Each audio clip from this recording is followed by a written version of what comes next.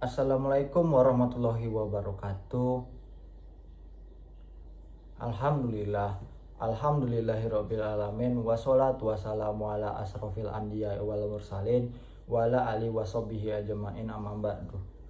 Tama-tama marilah kita panjatkan puji dan syukur atas kehadiran Allah Subhanahu wa taala yang dimana ia telah memberikan rahmat kepada kita semua yang telah mendengarkan ceramah singkat ini.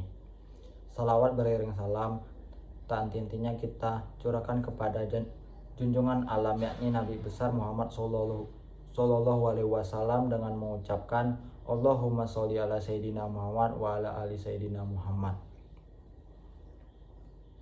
Perkenalkan, nama saya Ibnu Akbar Jaki, NPM 2152120. Yang saya hormati Bapak Saifullah SE MSI.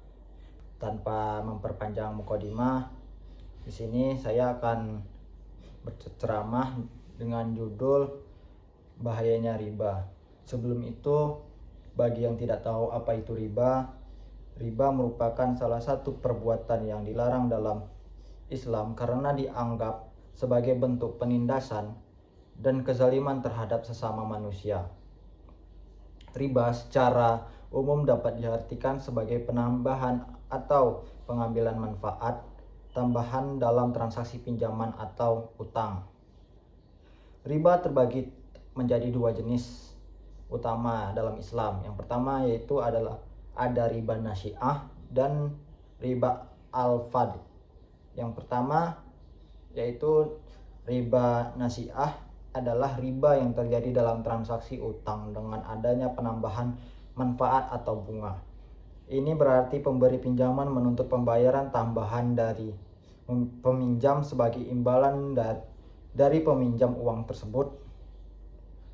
Islam melarang riba nasi'ah karena memperburuk keadaan peminjam yang mungkin sudah berada dalam kesulitan keuangan. Riba nasi'ah dapat mengakibatkan terjerumusnya peminjam ke dalam lingkaran hutang yang tak berujung, menyebabkan kemiskinan dan ketidakadilan sosial. Yang kedua ada riba al-fadl, adalah riba yang terjadi dalam transaksi jual beli dengan adanya penambahan manfaat atau keuntungan tambahan yang tidak sebanding secara adil antara pihak yang terlibat dalam transaksi.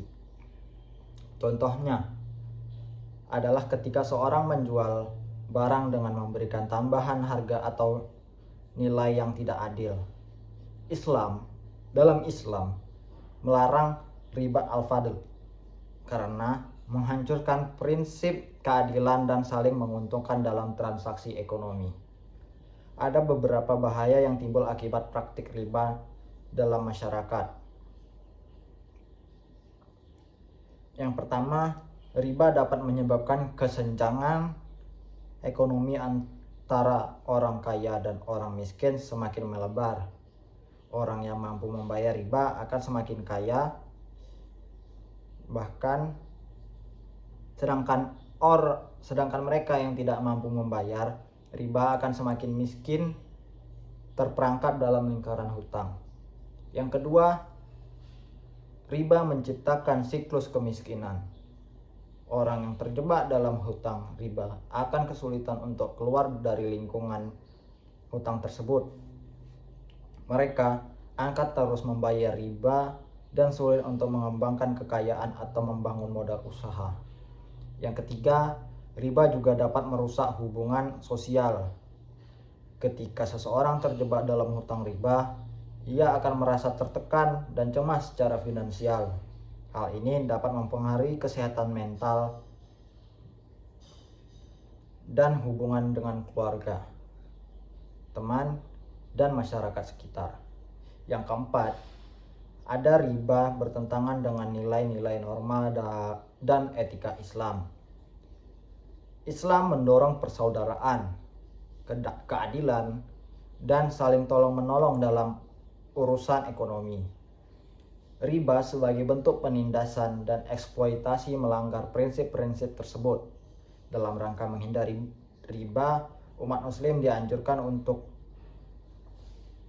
mencari alternatif yang halal dan sesuai dengan prinsip-prinsip syariah dalam pengaturan keuangan dan investasi, seperti menggunakan sistem bagi hasil yang bisa disebut dengan mudharabah atau musyarakah dalam berinvestasi, atau memilih lembaga keuangan yang menawarkan layanan bebas riba seperti bank syariah yang kita kenal mungkin BSI, Bank Syariah Indonesia. Sekian ceramah singkat tentang bahayanya riba. Lebih dan kurangnya mohon dimaafkan. Wassalamualaikum warahmatullahi wabarakatuh.